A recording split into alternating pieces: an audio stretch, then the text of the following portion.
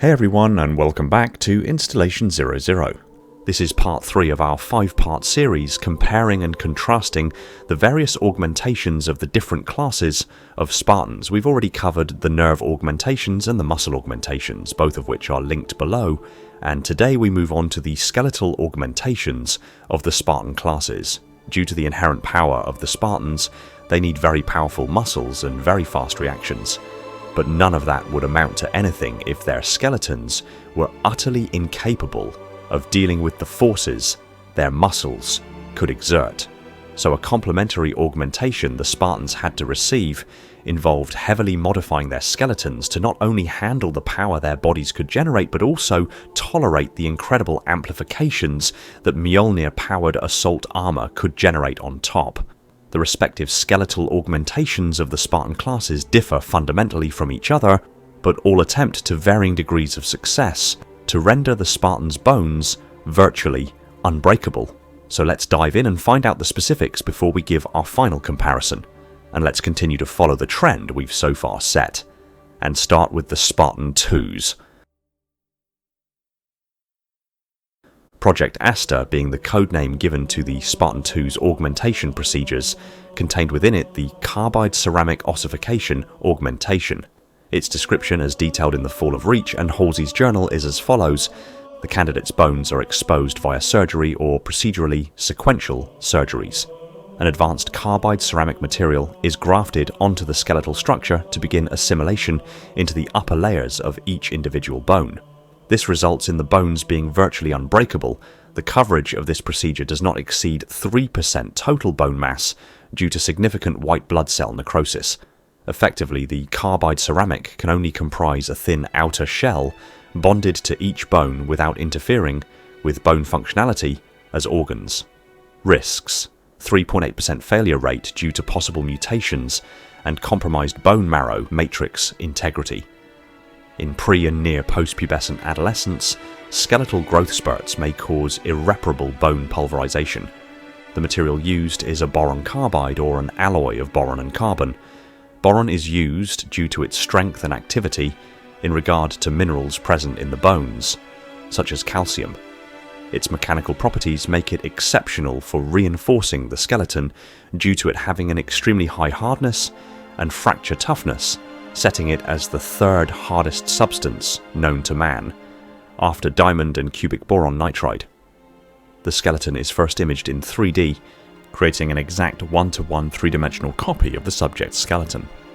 This digital 3D scan is then used as the basis for 3D CAD modeling of the interlocking osseointegration plates.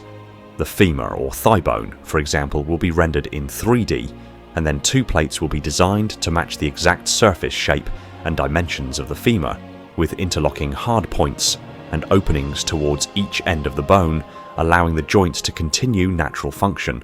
The plates would then be 3D printed using a highly sophisticated construction method, wherein the boron carbide material would be designed to be macro and micro porous. This means that the plates would have micro holes throughout the plating, which would serve 2 functions. One is to fully facilitate the bone and the carbide material fusing together, as these small holes would allow new bone material to grow into them, thereby anchoring them to the bones themselves, and 2 would also facilitate the microcapillaries between the bones and the circulatory system to reconnect post-surgery to enable the bones to still function as blood-producing organs. This augmentation was evidently so successful because there are, as far as I'm aware, no circumstances where it has been explicitly stated that a Spartan 2 has broken a bone. There have been occasions when Spartan 2s have been injured, sometimes significantly so, but it's never specifically been stated it was due to broken bones. For example, the most significant occasion of mass injury for Spartan 2s was during the Fall of Reach, when Spartan Red Team, consisting of all active duty Spartans with the exception of John 117, Linda 058, and Grey Team, were deployed to the surface of Reach to defend the generators of the orbital defense platforms. The Spartan's Pelican was attacked by a strafing run, and the pilot and co-pilot were KIA, and the Pelican began tumbling through the upper atmosphere. Fred, the leader of Red Team ordered the Spartans to bail out and free fall to the surface of Reach. Right before impact, he ordered the Spartans to overpressurize their hydrostatic gel layer and tuck themselves into a ball. Upon impact, 4 Spartans died and some others were injured significantly. However, in spite of them being injured to the point of being severely hampered in their mobility, no broken bones were reported, leading to the possibility that the injuries were mostly torn ligaments, muscles and tendons, and internal and soft tissue injuries. The Spartan 3s, true to form for the program as a whole, delivered an augmentation which was much less invasive, but aimed to deliver similar, if not identical, results. 8942LQ99, otherwise known to be a carbide ceramic ossification catalyst drug, is the skeletal augmentation given to the Spartan 3s. The idea was to make the skeletons of the Spartans become virtually unbreakable, allowing survival of harder impacts. The issue therein is that the drug was quoted as being a catalyst. The very word catalyst implies that it was either a substance that increased the rate of a secondary chemical reaction without itself undergoing any permanent chemical change, or that it effectively acted as a primer that precipitated another process altogether. There are 2 possibilities here. Either the chemical itself was designed to travel to the skeleton and bond at the molecular scale with the bone marrow, osteoblasts and osteoclasts, and basically reprogram them to use a carbide ceramic, likely titanium carbide, as the fundamental compound used for creating new bone material, as opposed to the calcium collagen matrix which is naturally used.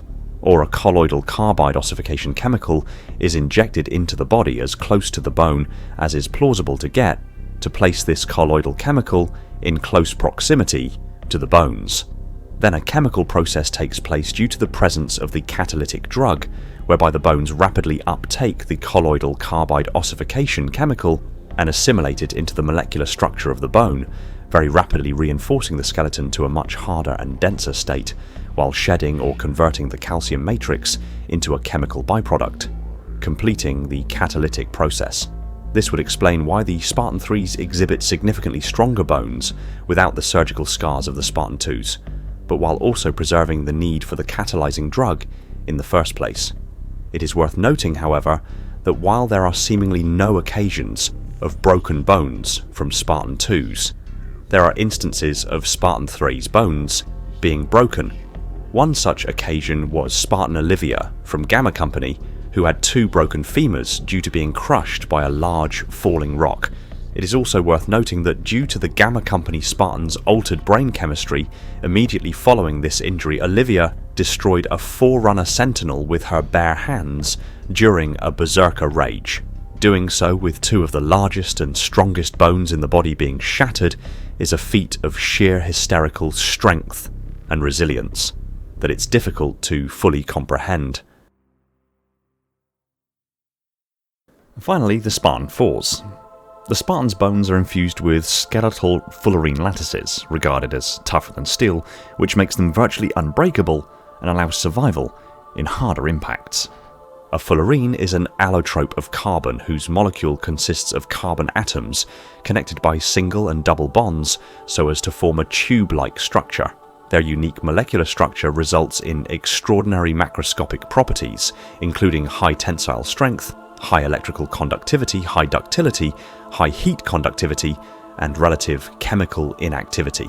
This is vague enough to leave things somewhat open to interpretation, but in my learned opinion it would appear, due to the words being used in the description of this augmentation, that the reinforcing material in question is likely an ultra-hard metallofullerene lattice grafted to the bone surface, whereby titanium atoms are encapsulated by the carbon fullerene, which is wrapped around the atoms into a carbon nanotube, which is then polymerized under intense heat and pressure, forming the filament into a nanodiamond filament encapsulating titanium atoms, and sheets of this material are then effectively wrapped around the bones of the Spartan with a molecular treatment involving boron to facilitate surface bonding to the bones. This presents some issues, however, as wrapping the bones in what is effectively a carbon nanotube would grant the bones phenomenal tensile strength, which is the stress a material can withstand being stretched or pulled. However, bones don't tend to be broken this way. If a limb is undergoing a stretching force, generally speaking, the joint, ligaments, and later tendons and muscles would give way far before a bone could be broken by stretching it. For a Spartan's bones, you'd want better shear strength and compressive strength, thereby facilitating the increased resistance to breaking through a sideways shear force or compressive impact force. The law doesn't explain this at all, so I'm afraid we have to take that at face value. So to compare the augmentations, the Spartan 4 augmentation would be great in theory if bones tended to be broken via stretching. As they are not, the bone augmentation itself is, strictly speaking, almost entirely useless.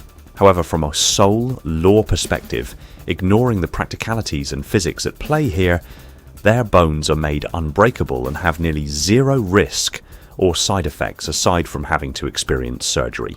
The Spartan 2 bone augmentations come with some risks, although they are proportionally relatively minor compared to the risks of the other augmentations, and even if a person does experience them, it has been proven to be reversible, as many of the washout Spartans who experienced this exact side effect underwent corrective surgeries thereafter that managed to rehabilitate them, and in some cases they were able to become fully fledged combat active Spartans themselves. On top of this, the literal encapsulation and microengineering of the reinforcing carbide ceramic ossification aid the bone's strength in all stress directions, tensile, compressive, and shear forces included, literally making the bones nearly unbreakable. And finally, the Spartan 3 augmentation seems to grant almost the same characteristics and effects as the 2's augmentation, but with zero risk and zero surgical scars associated with the procedure. It can be performed entirely by injections. And that about does it for this comparison of the Spartan's bone augmentations, and of the three I'd love to hear what you'd be more comfortable having were you given the choice. And until next time. Thanks for watching. If you enjoyed the video, consider hitting the subscribe button and ring the bell so you don't miss out on future videos. Be sure to like the video if you did, and pop a comment below on what you'd like me to cover next.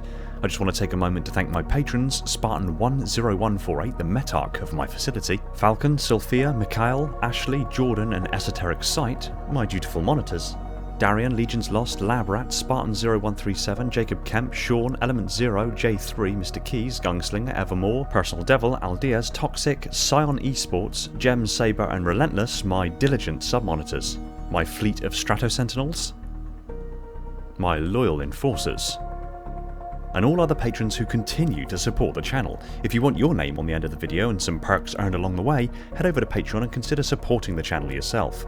Big shout out to my Tier 0 Transcendent YouTube members, Spartan 137, Jacob Kemp, Talia, Fenrir, Bornstella, Jimbo, and Balaz, and all the other YouTube members keeping my installation running on that glorious vacuum energy, with a special mention to the Accursed Hunter. Shout out to John due to the mathematical formula used to determine the area within a pentadodecahedron. Oh, and Lena because that sandwich.